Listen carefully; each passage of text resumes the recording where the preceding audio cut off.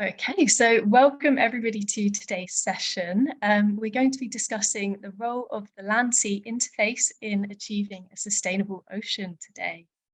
So this discussion meeting is part of a project that we're running at the IES over the course of 2023. The project is called Turning the Tide: Systems Thinking for a Sustainable Ocean. And throughout this, we're hosting a series of collaborative events and activities across the year, all geared towards bringing together the marine and coastal community on topical issues. So this discussion today is really a wrap up of our first theme of the project, which has been about bridging the gap between the land and the sea. So we're really excited to have invited along some experts in this area to have a bit of an in-depth discussion today. So our meeting is being chaired by Natasha Bradshaw. Natasha is one of our members and is very engaged and active in the marine and coastal space. So yeah, I'll hand over to you now, Natasha. Thank you very much. Thank you very much, Jo. So I'm very excited to be hosting this in-depth discussion about land-sea interface. It's something that I've been thinking about all my career for 30 years.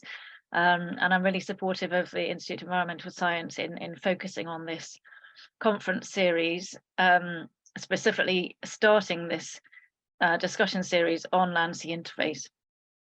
I know you'll all bring interesting and very varied perspectives to the discussion.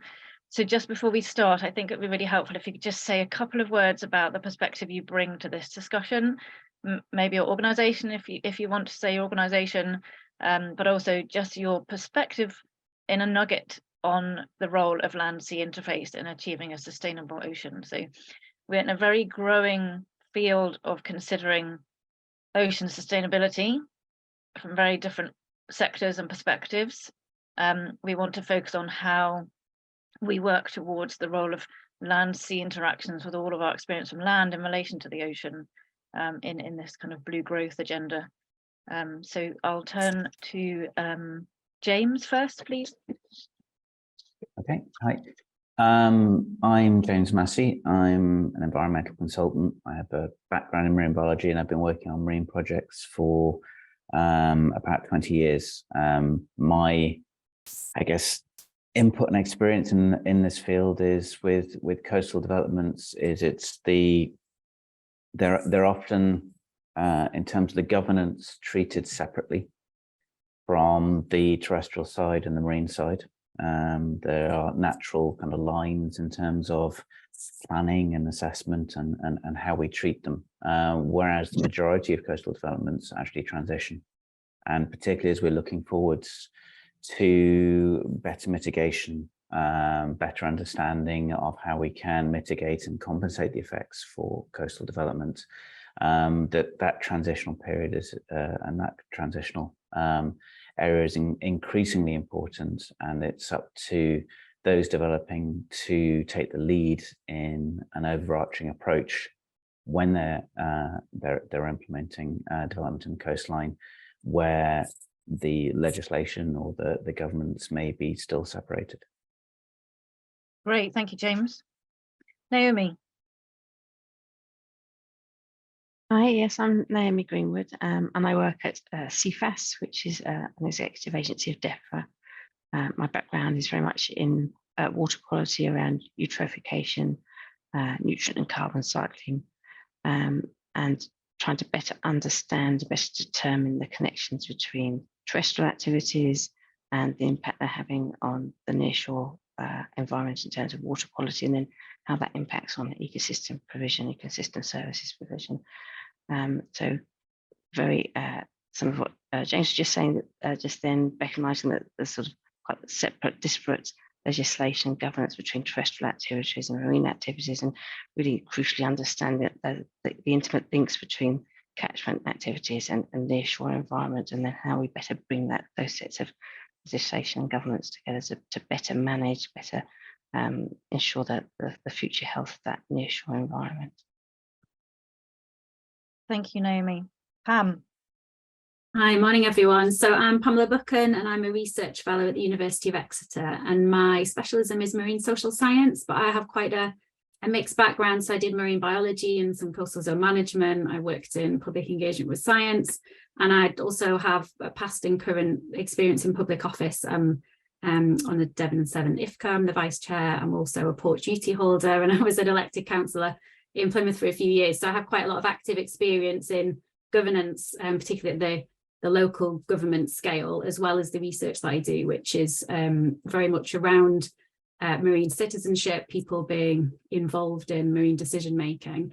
I think this is a really important question, and has in some ways has a massive answer. But I suppose my main point that I would make around this is that there's similar to what James was saying about the kind of silo decision making, is that we tend to think a bit linearly about the land-sea interface. It tends to be kind of through water flows and not really thinking more holistically, particularly around other impacts, kind of atmospheric impacts, the kind of broad scale impacts around climate and carbon emissions. And then for me, I would say the social element of that, and that is predominantly takes place on land, though not only, but certainly our decision making is very land focused. So looking at it quite holistically, I think it's really important that we broaden out and kind of go much more interdisciplinary in terms of our thinking around the land and sea and interactions there.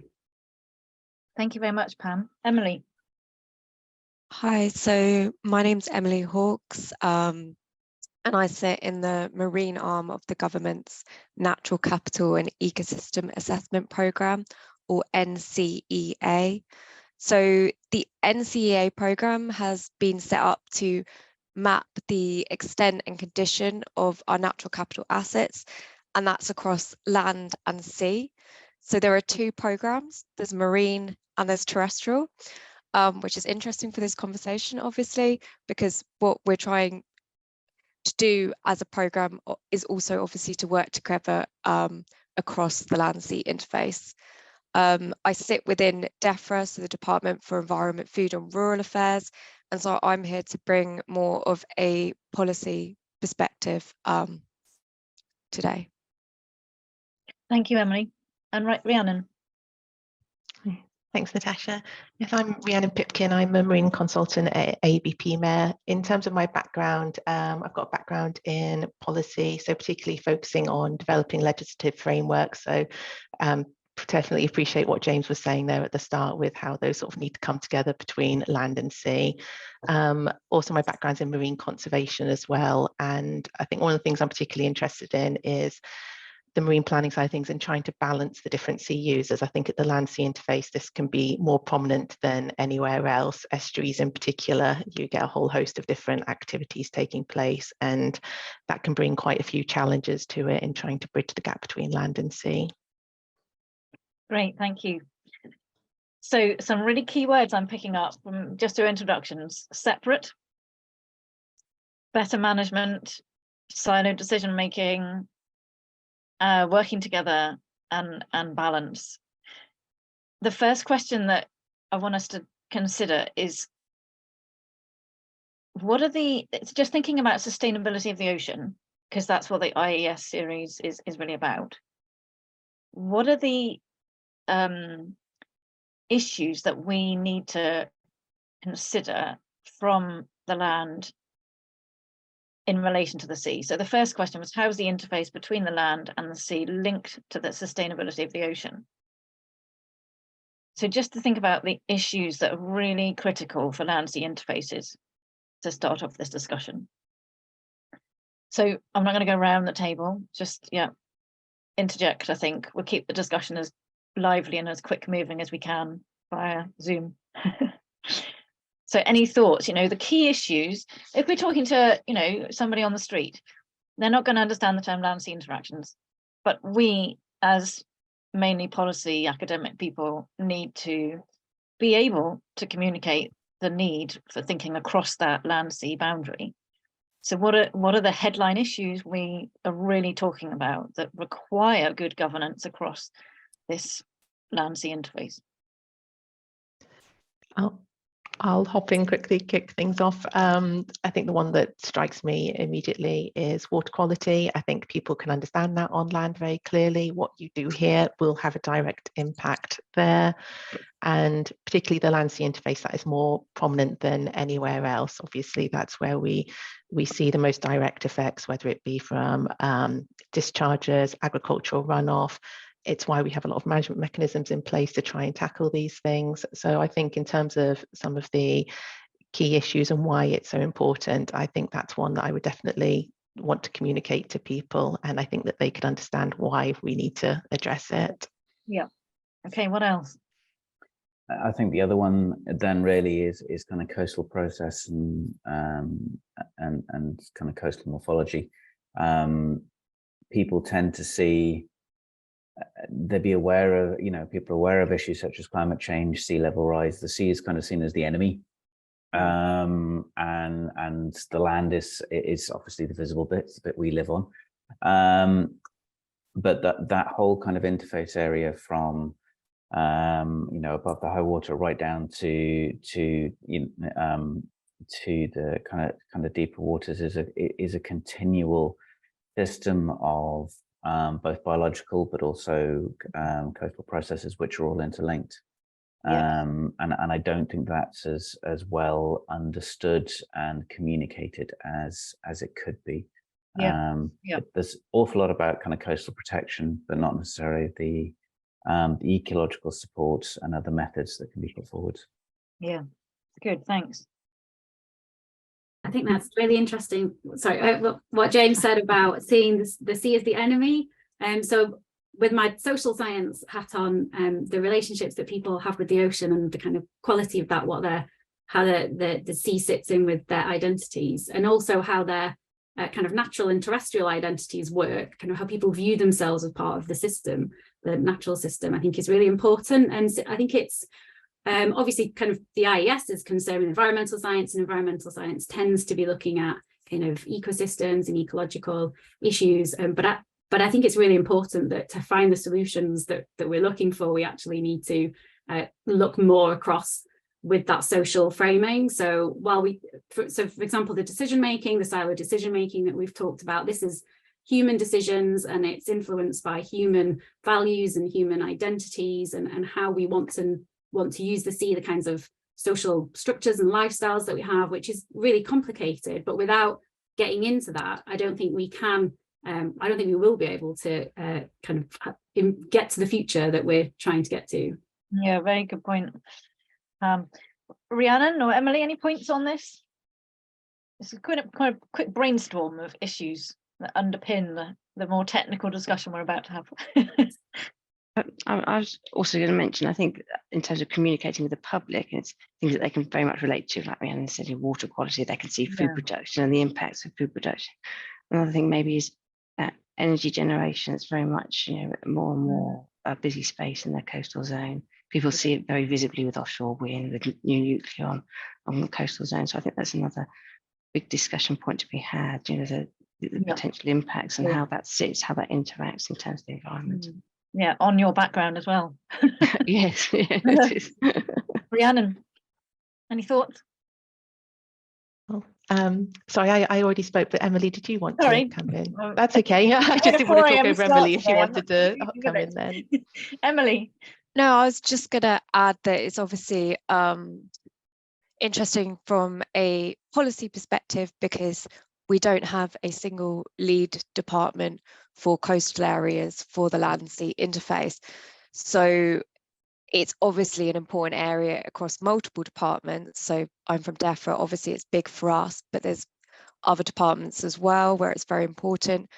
And this makes it more challenging because even within Defra, we don't have one policy team that is looking at the land-sea interface. So it's very much an issue of having to join up lots of different policy areas. And if that's kind of happening at that national level, then obviously that presents a challenge at kind of regional and local levels as well. Yeah, there used to be a English coastal strategy. You probably don't even know that it ever existed. 2008 maybe. I will dig it out for you, Emily, because there there is a background of having that policy thinking and leadership. And it would be my dream that we had it again. Maybe it kind of come back round. I do think it will. None of you have mentioned landscape, seascape, tourism.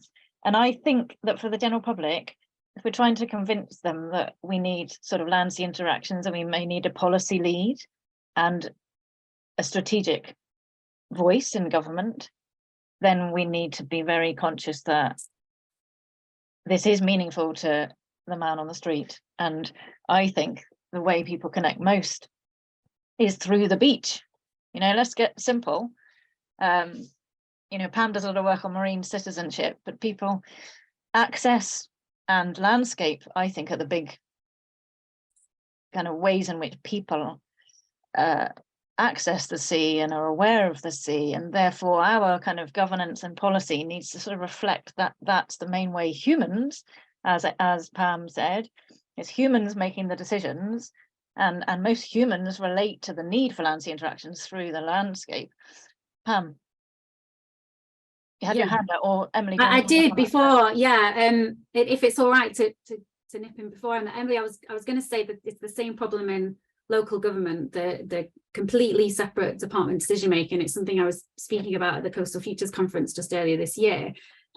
Just what you're saying there, Natasha, I think is really important. So in my research, for those who don't know it, which is probably most of the people in the room, this connection with ocean is what's fundamentally at the basis of people taking action for the sea. So taking action for the sea is going to be both their kind of individual actions, but also giving the social license and giving a mandate to political and policy approaches as well, so that there's, you know, permission for countries to do things differently and regions to do things differently. So that access to the sea is really important, and to have experiences. And I don't think we have enough research really that kind of fully understands what shape that access needs to take to bring the sea into a sense of self, particularly for inland people. It's one of the things that through the local government ocean recovery declaration we're working on, both bridging this issue around kind of silos within coastal decision making, but also around the connections that people have with the ocean, and being able to work on that to try and build those relationships that will then be positive for access, kind of having access and interest in making policy change. Yeah, thanks, Pam. Emily? Yeah, I was just going to jump in on that perspective about people's experience of the coast and the value that they get out of the coast, because that's something in our natural capital ecosystem assessment programme we're very much trying to look at. So to bring that the social benefits of coastal areas and of the land-sea interface into our policy and decision making, where we're looking at how we protect those areas and what we protect. Okay, and the second question we were prepped with was what role the systems approaches have in supporting integrated management. So there are several different kind of perspectives on systems approaches. I come from the era of ICZM, Integrated Coastal Zone Management, which is not the vogue anymore. We went through that to ecosystem-based approach, and the evolution of ecosystem services, which is now more normally kind of coined as natural capital approach. And now we're working on the different kinds of capitals and trying to make sure that social capital is embedded. The terminology evolves. I've also been involved in something called wholescapes approach to marine management. And there's also the whole site approach to marine protected areas. So people are thinking a lot more systemically about the system and the interactions. And, you know, I personally feel like I'm on a life mission to bring ICZM back, because it is the way we link the land and the sea. And there was a lot of great work done, which we've kind of moved away from. It's coming back around anyway. But I guess the question is, what role do the current systems approaches that you're working with have in supporting integrated management of land and ocean? Because when we were doing all the ICZM work 20 years ago or so, we were very focused on the land-sea interface, whereas actually now we're in a different sphere of blue growth and the ocean sustainability, and we're thinking much more offshore as well. And you know, in terms of governance, we've got terrestrial and marine still very split, and we don't want to be drawing too many new boundaries. So let's just have a reflection on, you know, the current systems approaches that you're working with, particularly the Natural Capital Ecosystem Assessment Programme, and how that's supporting integrated management of land and ocean. And we'll go first on that. Yeah, so obviously one of the main things that we're trying to do in the programme, in the marine arm of the programme, and we're very much looking at coastal areas, is ensuring that we bring together economics, social science and environmental and ecological sciences.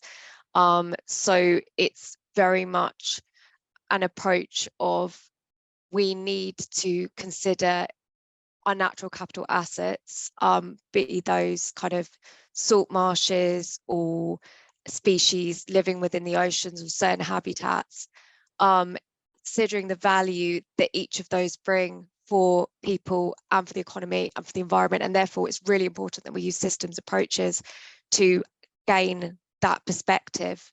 And it's only in that way that we can actually make better decisions about what we protect, where we put, where we focus our environmental reforms.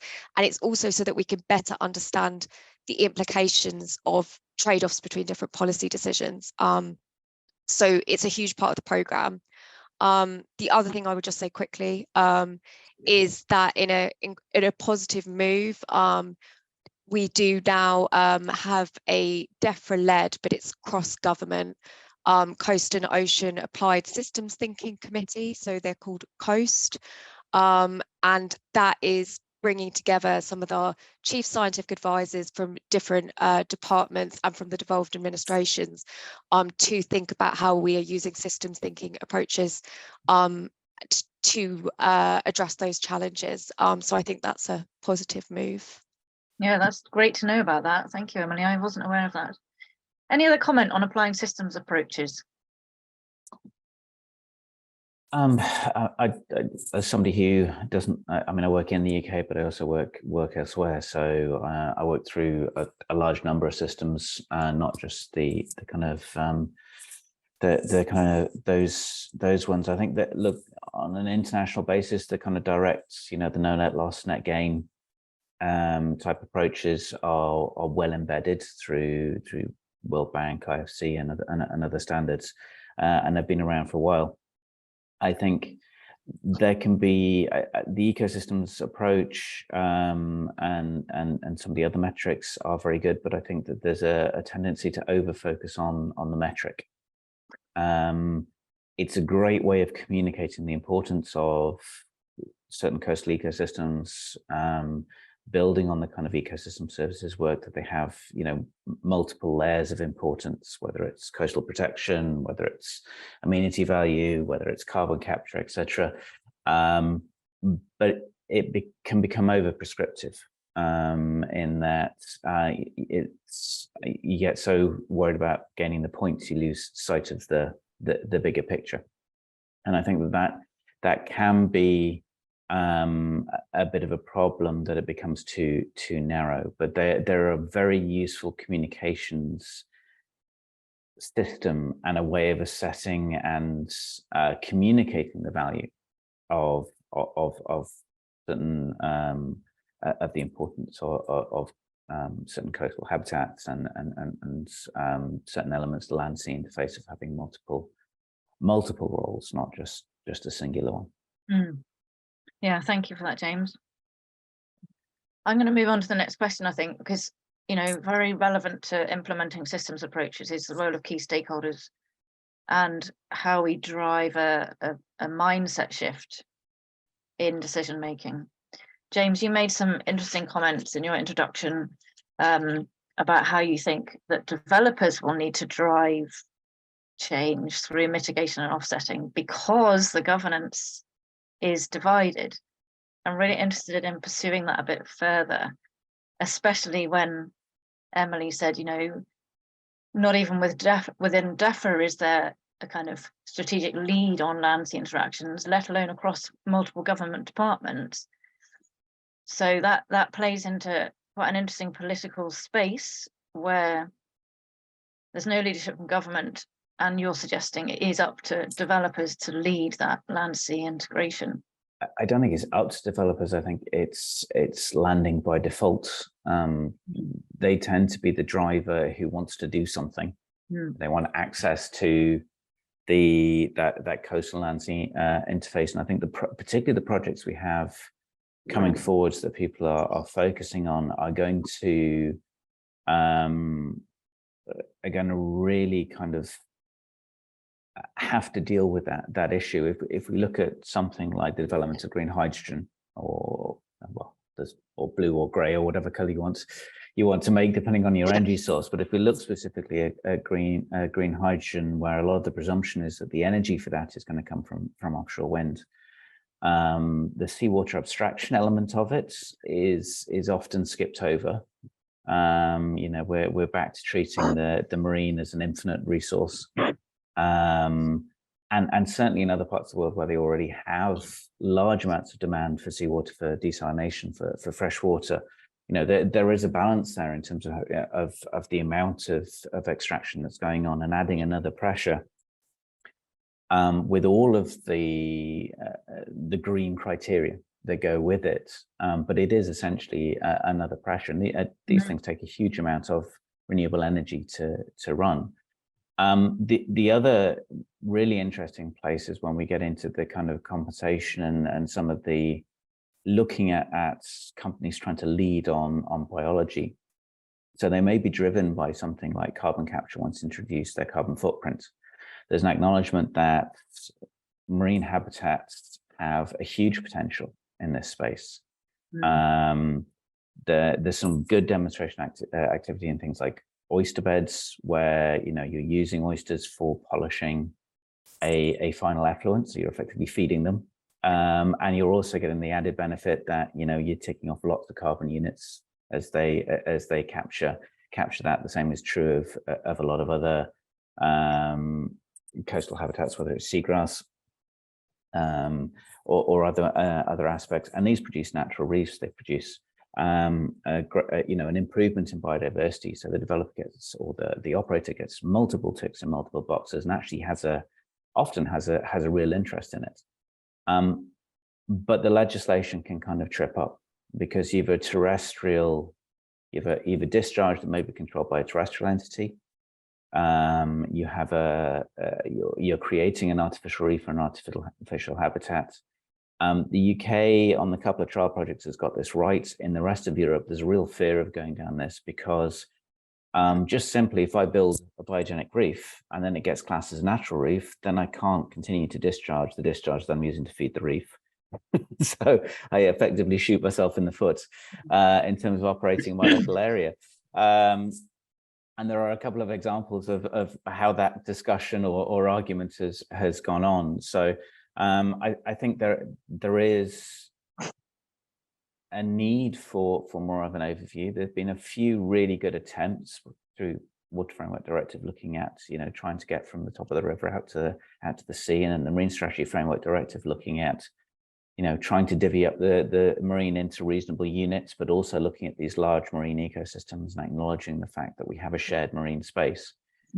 And in the North Sea level, there's some very good initiatives in terms of trying to look at these things in a major overview. Yeah, but they are quite isolated, and they run through a bit of a trend. And we have an awful lot of lines on the map, whether it's Water Framework Directive, Shellfish Directive, Marine Strategy Framework Directive. And once the thing's kind of through and everybody pats themselves on the back, it's whether the management tools never seem to really come with it. Yeah, and I think that's part of the difficulty in the key stakeholders is that, particularly on a governance point of view, the governments have their next target. Absolutely, they've been given the legislation directive, the thing that they have to manage next, with an element of forgetting the last bit, or the bit that was done before. And that really is a difficulty across the board, because there are targets, because it's the latest, it's the next trend in legislation, and it has to be met. Yeah, I think there have been many attempts to drive things forward that have actually undriven ICZM. So you mentioned Water Framework Directive and Marine Strategy Framework Directive.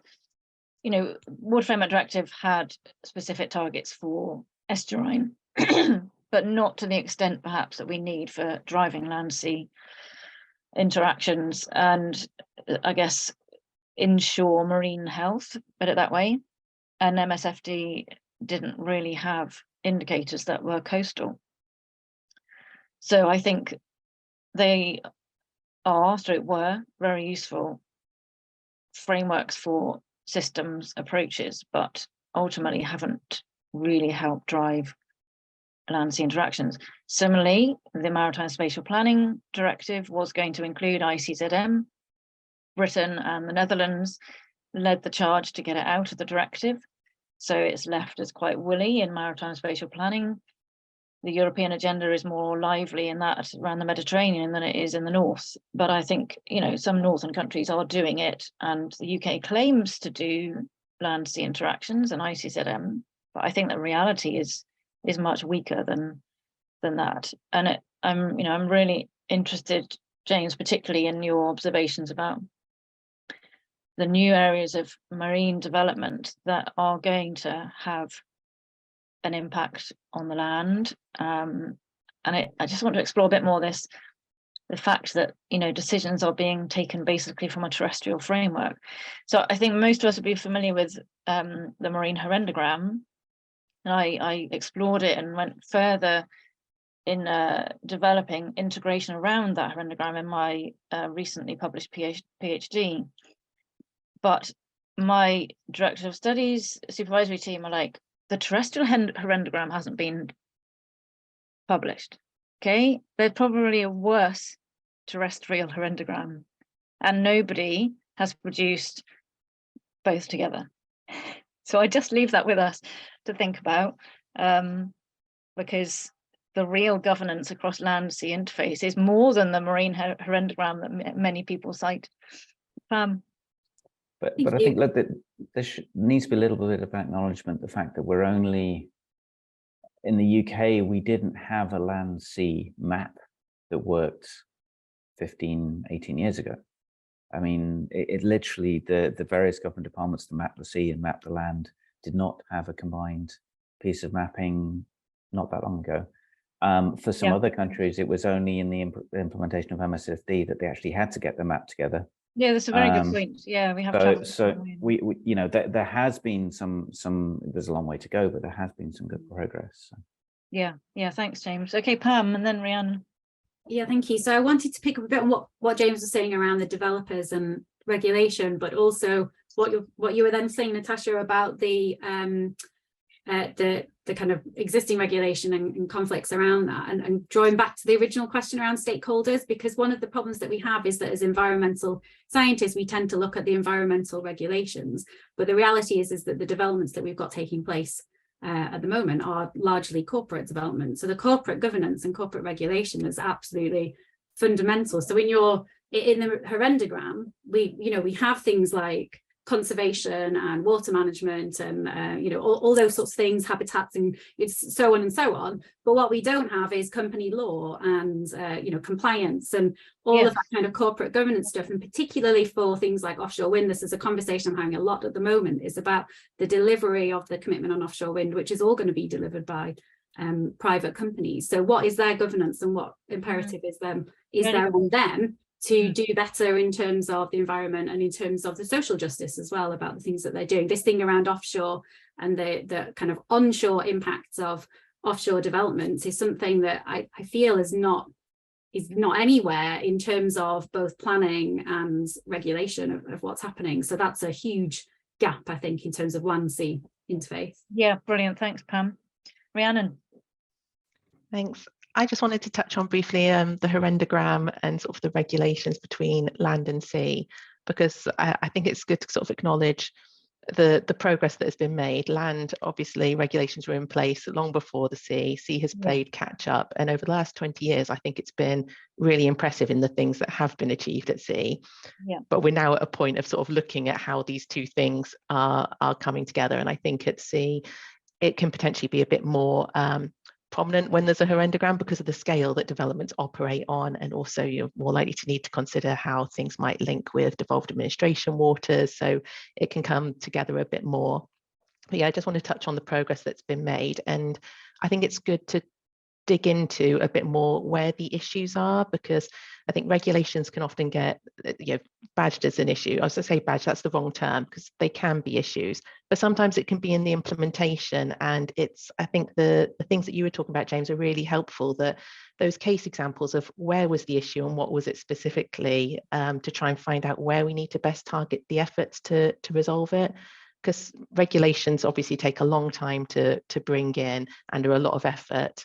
So it's trying to balance where is the need needed most. Is it new regulations or is it an improvement on the implementation? I think it's worth touching on briefly Coastal Concordat. I know people have good things and bad things to say about it. I think about a third of the English coastlines now covered by Coastal Concordat. And that's a good example of how we've tried to bridge the gap between the land and the sea in terms of regulations without actually getting into changing the regulations. But here's the issue, how can we work through it? But you've got to get people to buy into it, use it and understand it to make it really, really effective. So I just sort of wanted to touch on that aspect briefly. Thank you, Rhiannon. Really good. I'm really glad you raised the Coastal Concordat, because I think that is a step change in progress towards collaboration between governing bodies and decision makers that has more potential than we're actually seeing, I think, and some kind of audit of how it's actually going would be good. I know the MMO intended to get all English local authorities to sign up to it. I don't know how they're doing. Yeah. I think the challenge with that can be that there's no obligation to sign up, and also it's going to vary between local authorities on how much benefit is in it to them. And I think it's more important that people work to the principles than necessarily signing a sheet, because I'm sure a lot of local authorities will be working to the principles of the Coastal Concordat without necessarily having their name down. And as long as the principles are there and you're getting the outcomes, I think that's the most important thing. Yeah.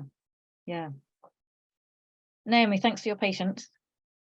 That's all right. I was just going to come back to some of a bit more the specifics about the comments you made previously about things like the Marine Strategy Framework Directive and all the framework regulations as they are now, and this sort of lines on map, where it's rather multiple heavy hard lines on maps. And there is work obviously under the NCEA program, the MNCA program, trying to sort of bridge that gap between those two bits of legislation to try and make it a more seamless transition between those across the water bodies, so that we're better recognising the value of the water bodies and the services they provide, and that we're better making assessments across them. So very much rather a specific case there, but trying to actually make sure that we are better joining up, and that marine assessments in the marine do better connect them with terrestrial activities and terrestrial measures that are being taken. So that is being recognised.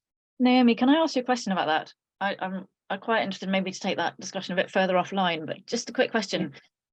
I've always thought that maybe the regional seas conventions like OSPAR could do maybe a bit more to connect land sea, but they still seem very focused on marine regions and MSFD. Do you think that the kind of research work you're doing in Cefas might lead to some greater remit for the regional seas conventions to include land sea interactions? I think certainly most of us are at the UK level, and specifically really eutrophication, but certainly under that area of work under OSPAR, there is much more drive towards this catchment to coast or land sea interaction, and the discussions between, say, the input groups and the the more offshore groups is very much coming together. So there is very much a drive to be looking across that into that domain, recognising that it has to be, because very much the impacts that are seen in the marine are very implicitly linked with catchment activities. So yes, there are very much active discussions, and the most recent assessment has made progress towards that. The most recent eutrophication assessment anyway, and QSR report, quality status report philosophy, has made progress towards doing that. And that QSR assessment OSPA have offered to talk about coastal futures next January. So just a bit of a plug for that OSPA have said they want to talk about that next January. Okay, excellent. Yes, so that should be coming out this year. Yeah, great. So I want to ask a question now. We've got 15 minutes left. I just want to go a bit deeper on the barriers to implementing projects which are actually aimed at driving land sea interactions. And I would like to mention the Environment Agency's great work over the last couple of years on championing coastal coordination. The Welsh have picked up on that as well, and they're funding projects that drive integration across land sea. Has anybody got direct experience of any of those championing coastal coordination projects and would like to comment on how they're going and the challenges they're facing, or if not, the barriers to having more projects that are aiming to drive connectivity?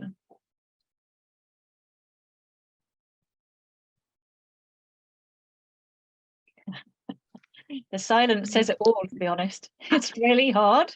I've just finished a PhD in collaborative governance for coastal stewardship in the UK. And it's so complex, and often you get silence when you ask the really difficult question, why isn't it happening?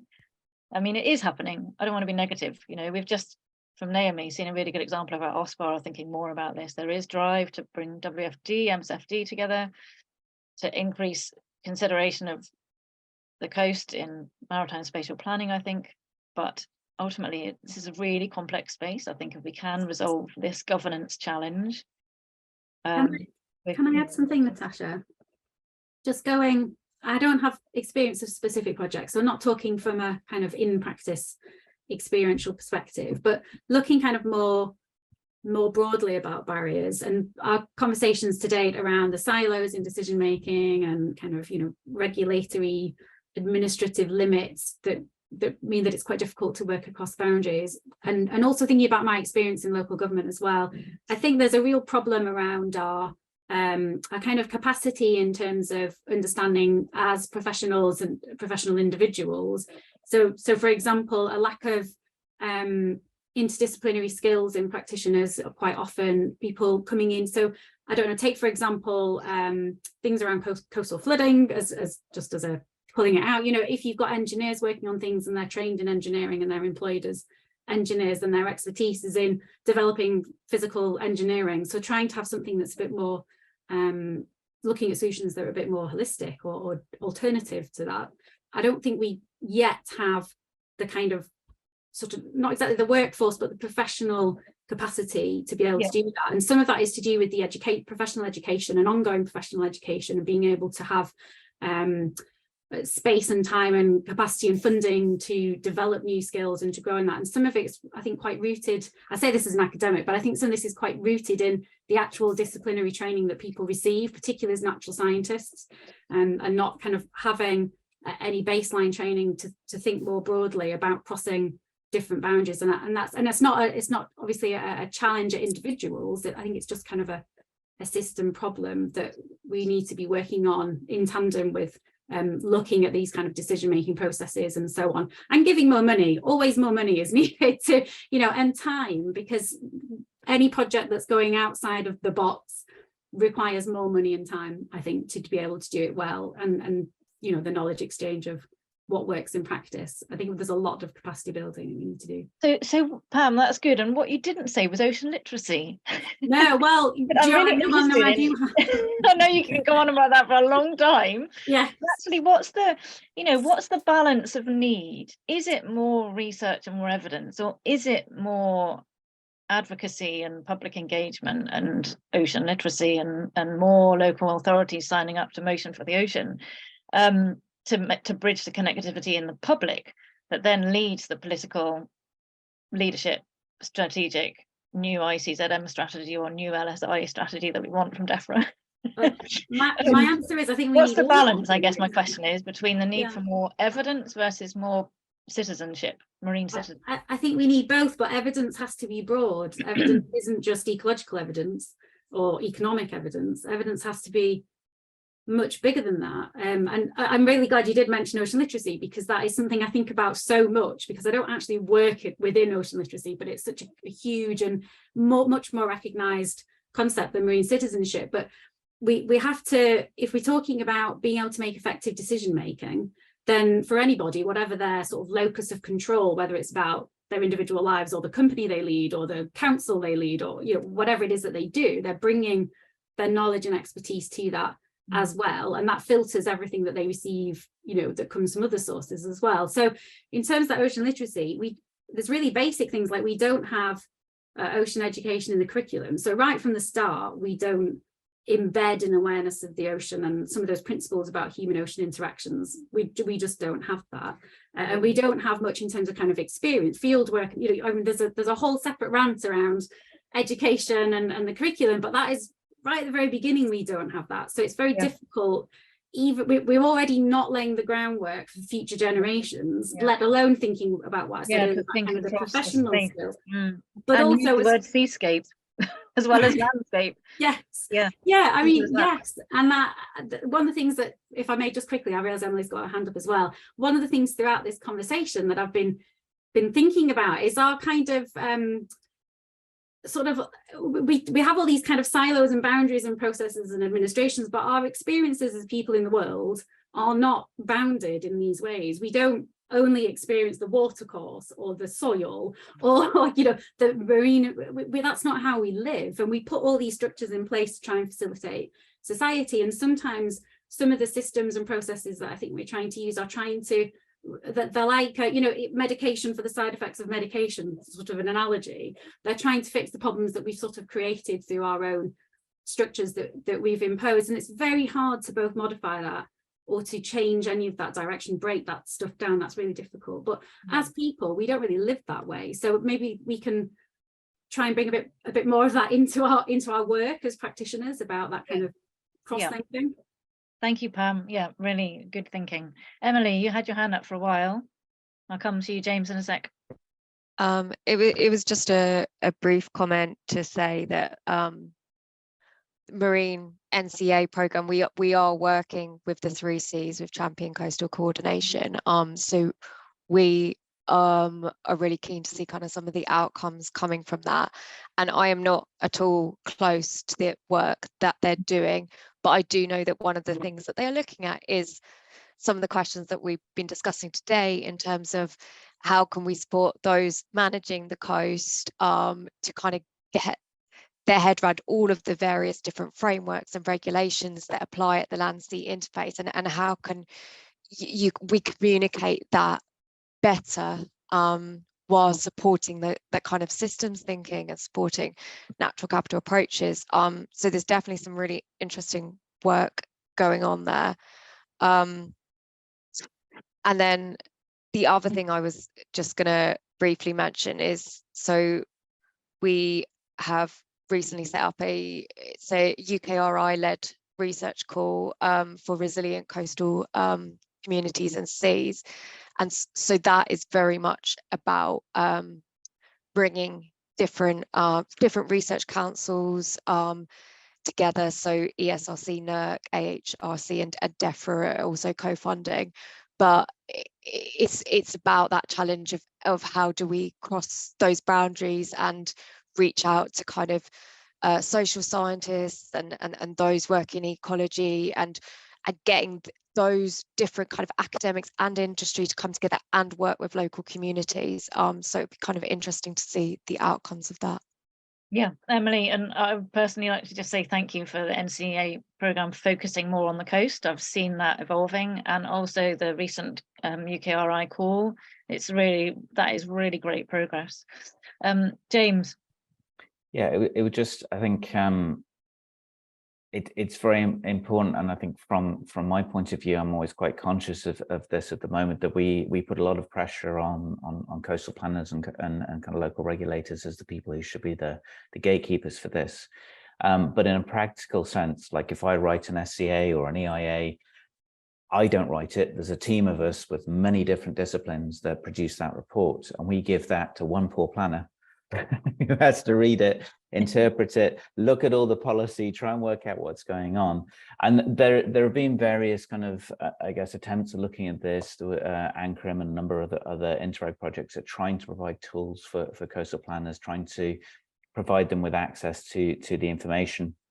And SCA is often one area I think that is missed in terms of something that could be more of a catch-all, in terms of it mentions all the other plans and programs that are there. We actually have a huge amount of information to manage the land sea interface between all of the different, directive, rules, regulations that we've mentioned from local to national level, but they get lost in the process. So an individual planner might know that houses shouldn't be built within 5 meters of the sea, but not quite know what that relates to, whether it was a report on sea level change, whether it was for coastal erosion issues, whether it's because it's impacting water quality, or it's going to go in a river floodplain. They might not know the reason behind it, and it's very difficult then, as those local decision makers, and predominantly it is local decision makers that have to make the call on a lot of these issues in the land. James, that's really salient points. Thank you. And you're starting to answer my final question. I'm going to give you all 1 minute to say, what is the most urgent action needed to drive forward ocean sustainability from the land? Is it some research? Is it some capacity? Is it some enabling mechanism? In 1 minute each, to finish nearly on time, what is your one call for urgent action? Rhiannon, you ready? No? I was thinking where to start with that one. Okay, who's ready? Who's ready? Because it's 1 minute.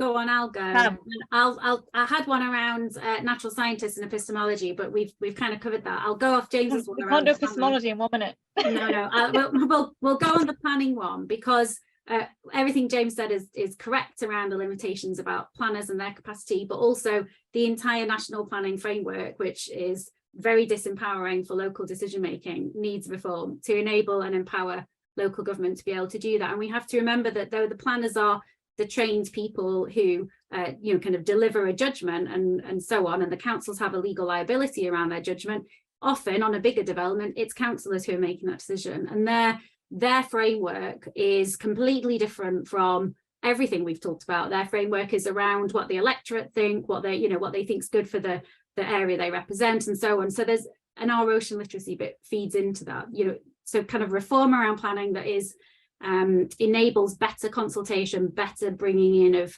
communities, and better empowerment of local government and resources to do it. Thank you, Pam. Who else is ready? James, thanks. Yeah. I think an entity like the MMO has gone a long way towards it. We've got Amara in Ireland. There's other examples everywhere else. There's never been, I don't think in Europe, there isn't a minister of the coast. There is no minister of the ocean in any government. And in the majority of those countries, that coastal zone, that land sea interface is nationally owned. It's not owned by local authorities. It's not owned by local people. It's national. There is the Crown Estates in the UK. There are equivalent departments in other countries that's there. But that oversight and take the pressure off that local planner, but to have that oversight at a national level, because it is a national resource. Brilliant. You get my vote for that, James. And in fact, there is a coalition of NGOs in the UK calling for a minister for the coast. I don't want to put you on the spot, Emily, but you naturally follow that request. Any thoughts? I think agreement that there needs to be better communication and clarification, I guess, in terms of kind of setting that the kind of national policy and regulations for coastal areas. I think that's probably as far as I can go, and also better join up just between national, regional, local, and organizations within that, better collaboration and talking to each other. Yeah, thank you. It's how we get that, isn't it? It's what is the mechanism to get that? And I like James' practical suggestion that if we have a political leader, a minister for the coast, that might trickle down, the coordination might be levered. Naomi, you ready for your 1 minute? Yes, I was very much in agreement with this sort of the urgent need to work together across departments, across ALBs. There's so much knowledge, information, evidence held, but because we don't, partly because we work in different spheres, terrestrial, marine, as it were, traditional spheres, we don't talk properly together. And I think that somehow facilitating that, and that is coming through the NCEO, but my experience so far through the NCEO program is that is happening or starting to happen, but sort of accelerating that so that we're getting a proper partnership working across organisations, recognising there are very limited budgets, no new money coming, that we need to be better about working together across that. Okay, great. Rhiannon. All I'd add on to this one is I'd say Jack's around communication. So clear communication on why it's important, because even if we get a minister in for the coast or something like that, that's one minister that will also have to balance the needs with lots of other ministers and departments. So across the board, need to have a really clear direction on why is this important. That's why events like this are really useful to raise that general awareness, and that can then completely filter down as well. So yeah, clear communication. Great. Any final comments? It is 11 o'clock, so my role is to say thank you very much for a really engaging conversation. I would have liked to have tripled the time we had to get even deeper, but I do think we did good in an hour to have really quite a fruitful discussion with some really valuable points that came up, and I hope maybe some of those points can be fed back to your own organisations or into your own research and consultancy work. Thank you so much for joining. I'm going to pass back to Jo just to round off. Yeah, that's been fantastic. Thank you so much, everybody. It's been kind of incredible how much amazing insights you've been able to share, and really happy that you've all made the time to have this discussion today, so thank you.